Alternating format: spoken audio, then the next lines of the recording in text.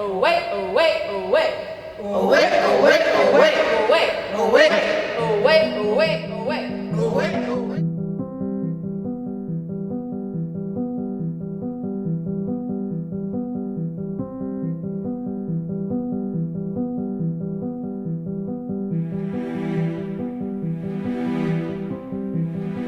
Mama, she's the head of the household. She's the mother of Walter and Benita, and the grandmother of Travis.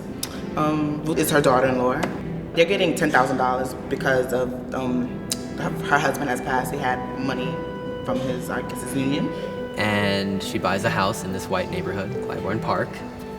And this is a huge deal. It's showing that they're successful because they can afford that now, but now it's like there's another problem. It's like, are you wanted there? Yes, you've reached there financially, but are you gonna reach there culturally? The audition process was very difficult for the role of Walter, and it was Derek who was so honest and truthful. You know, his experience with his own child and having to deal with going to school full-time, working full-time, taking care of her, he really understood what it was like to try to raise a family under some very difficult circumstances. Mama, where have you been? You didn't go do something with that insurance money, something crazy? Mama is a mother who actually gets money from the insurance from his father who died. I guess she didn't get the approval of Walter, who was supposed to be in charge of everything. It's that fear of him not being able to take care of his family which drives him to do what he's doing throughout this play. Especially like with me, I have a daughter, so you know, I kind of gotta, you know, keep that ambition and things going like that, so yeah.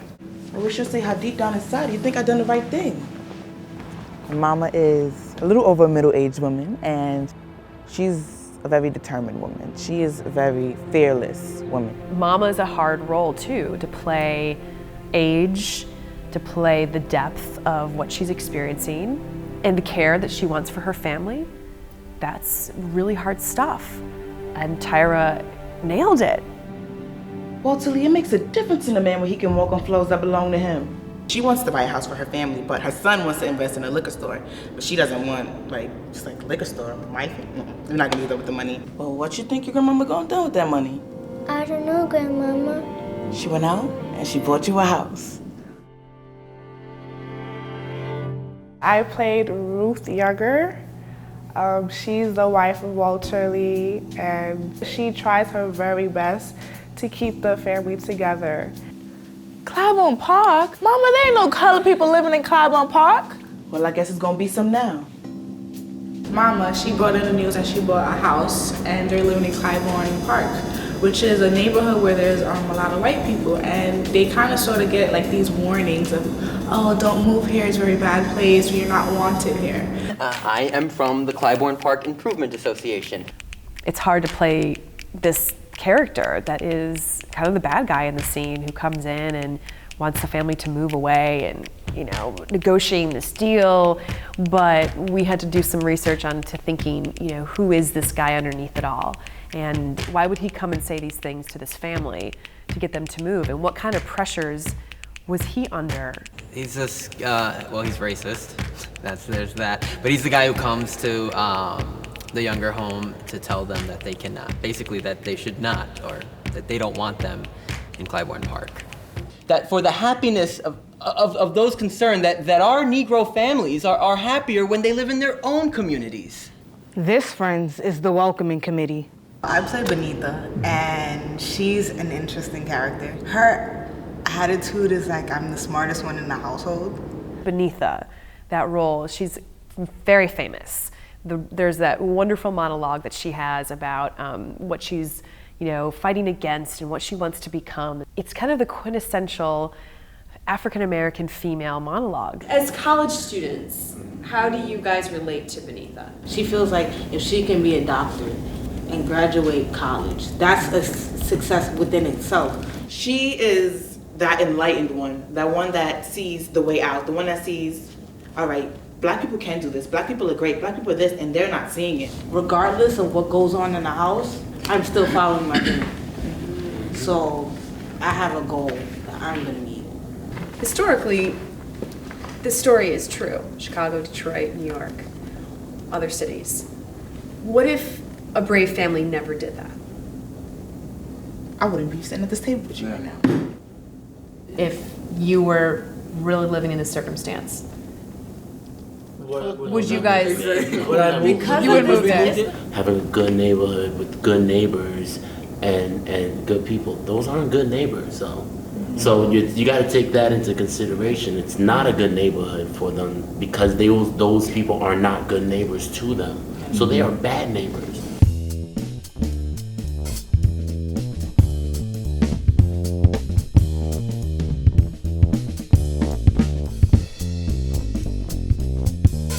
When we first started shopping for a house in Laurelton, the broker took us to see a particular house and it was nice. We liked it. It was somewhat on the order of what we wanted.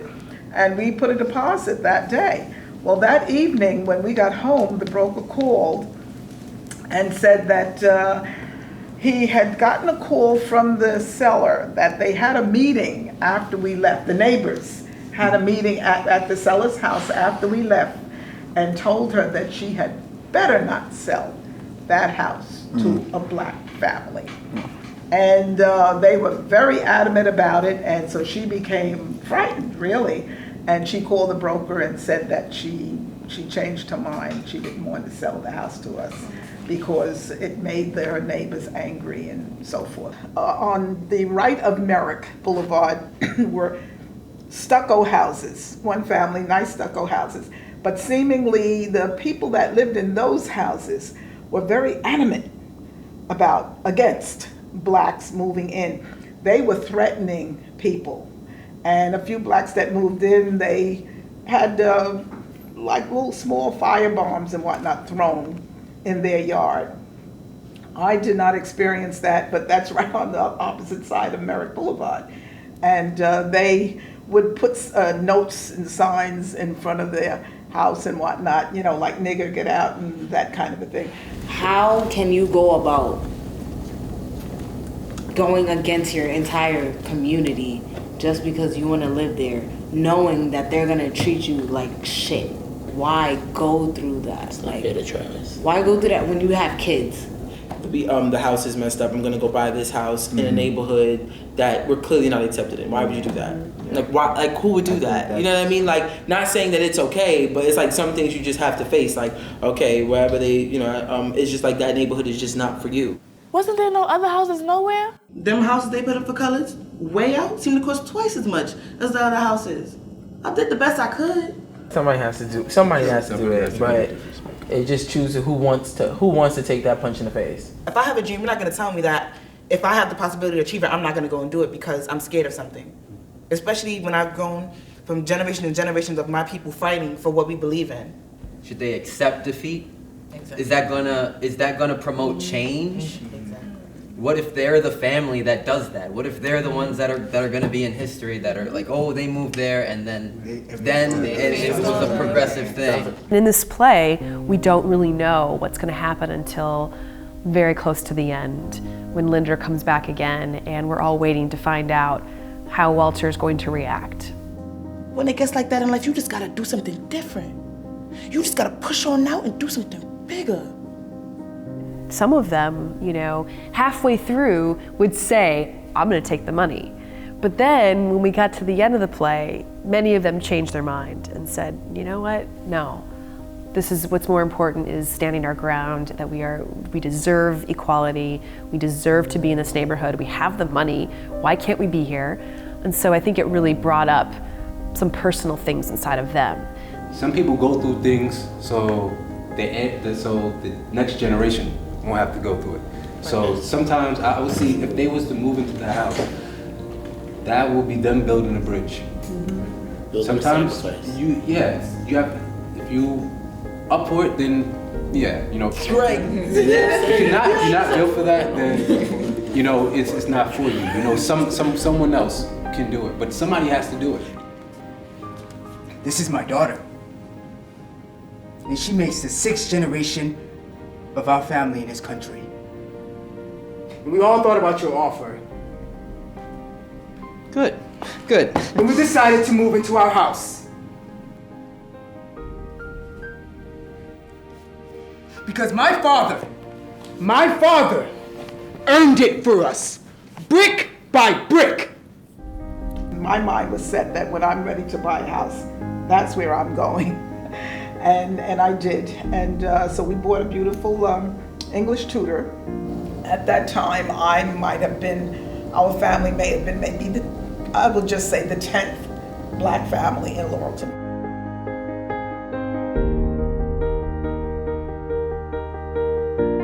Why we look at Raisin in the Sun as the quintessential African-American 1950s Chicago experience, how we lead into today, New York, Chicago, Detroit, where gentrification is right now, what's happening, how it's affecting them in their own lives, in their own neighborhoods.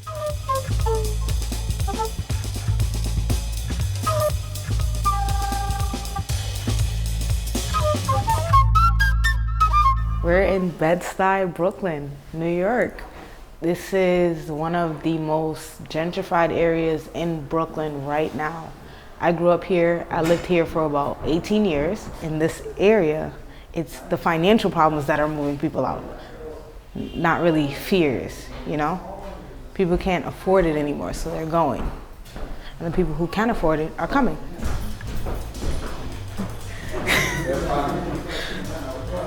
Maybe you can tell us like why that was awkward in there. It was awkward because they're somewhat of the reason why people are moving out, and they're the cause for the higher rent. Yeah, this is my neighborhood. I grew up here. I miss it. It's changed a lot. It's almost not even familiar anymore. Well, I lived on this block. The renters that we were renting from sold the house, did not tell us, and basically the new landlord didn't want us. Eventually, we had to go, or else we would face eviction. Oh, we at 167 Clay Avenue in the Bronx. I've been living here pretty much since I was born. So yeah, in the 90s it was very different. There was a lot of, you know, drug dealing, a lot of crimes and stuff. I guess they're trying to attract the white people to come here. That's why they're renovating. These buildings, like this building right here looks like a building downtown in Manhattan, like you know, a $3,000 rent, $4,000, you know, rent apartment. I think they're really trying to attract the white people here, move us, the minorities, out. And to relate that to, you know, Raisin in the Sun, the white people in that neighborhood are feeling kind of threatened, you know, about that. So they want to keep it white and that's it. But, you know, here it's just like, it's the opposite. They're trying to kick us out and they're getting white people in here. So it's like, shit, I mean, we can win. We can win.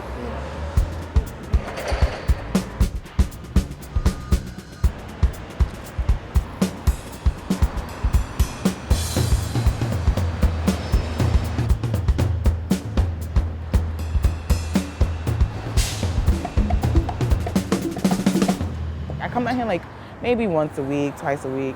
But it's like literally one day I came and it was just here. And I was like, well, where did this come from? And then this was all under construction. And then one day I came here and all of this was here. And I'm just like, wait, where did this come from? I'm not gonna recognize my neighborhood anymore at all. Yeah, this is one of the many buildings actually around that's being built. One on almost the course of every 2 blocks is like, like we don't know what's gonna happen. We don't know what to expect. People moving out of their house because of money issues, people selling other people's homes just so they can have it, and not thinking about, okay, this is where they were raised, this is where they're from, so why not leave them, let them live in this area. So I didn't really look into that until I read Raisin in the Sun. I didn't know that people really go through this. So many people call my mom's phone, like literally, like they call my, like, hi, are you interested in selling? Hi, are you interested? Like they even call my phone. They call my phone sometimes, like, hi, are you interested in selling? It's like, oh, we bought your house. Oh, we bought your apartment. Oh, we bought your building. And it's like, how can I stop this from happening? I want to keep my building. I'm not saying that you can't move in, but I want to keep mine. It's different when the threat is not more so like, you know what, we're just coming in and we're just gonna live here peacefully in harmony and everything's gonna be fine. It's a threat when it's like, I'm taking over your neighborhood. Like, I'm completely just changing everything and there's nothing you can do about it. I hope to have my home still. I really hope to have my house. So that's why I feel like my success is such a necessity, because like in order to save my home for my mother, for my family.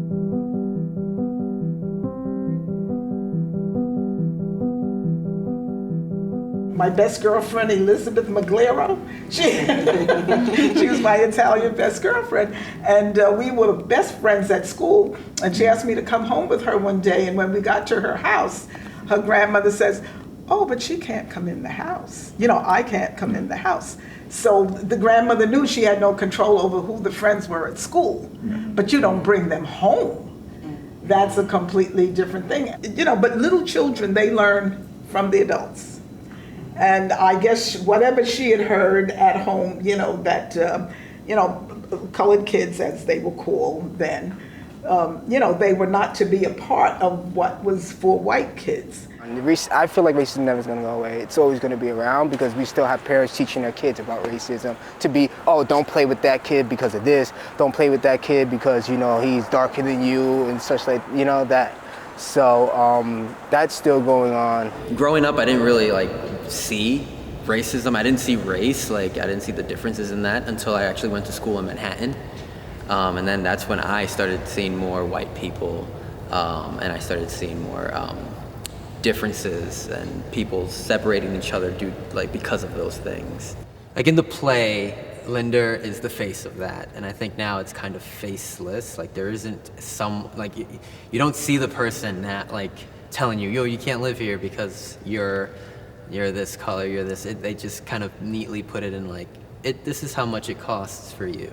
At that time, it was more about black-white. Now it's more about prices, more about money.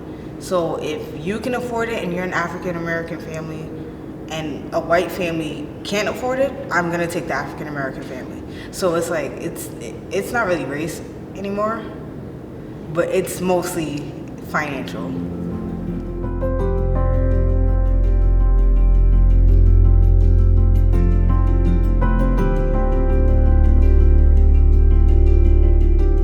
So some of you went to school at LaGuardia, and so I wanted to know if you can still feel on the surface the racial tension that happens between blacks and whites or blacks and Hispanics or Muslims and can you feel any of that in your daily life, or is it now below the surface? I don't think it's gone.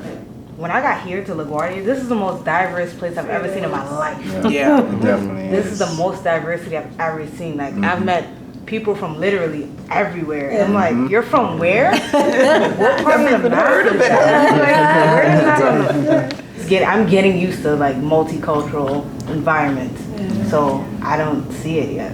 And when I get to LaGuardia, it's wow, everybody's different. And I see all the flags, I'm like, wow, it's so beautiful.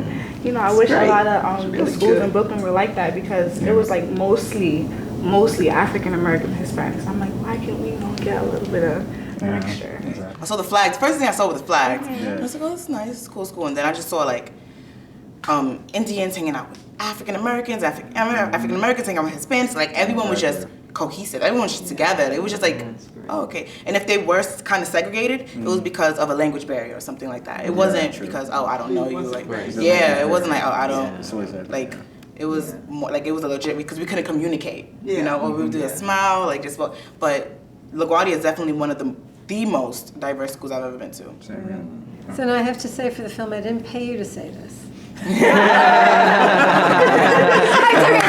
makes me feel so wonderful because that's how I experience, but I'm not a student here. You know, so I never know. And as president, you know, people, they always show you the good side. So I always hear the good stuff, but I really appreciate that. And it is, I do think you're the future of America, right?